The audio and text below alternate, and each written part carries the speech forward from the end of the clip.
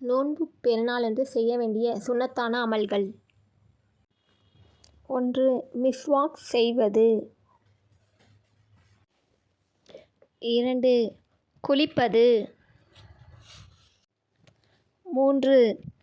நறுமணம் பூசுவது. 4. நோன்பு பெருநாள் தொழுகைக்கு செல்வதற்கு முன் ஏதேனும் இனிப்பான பொருள் சாப்பிட்டு செல்வது. 5.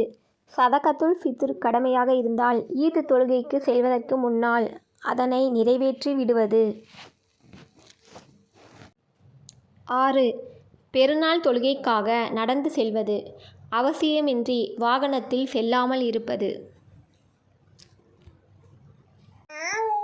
7. தொழுகைக்கு ஒரு வழியில் சென்று மற்றொரு வழியில் திரும்புவது.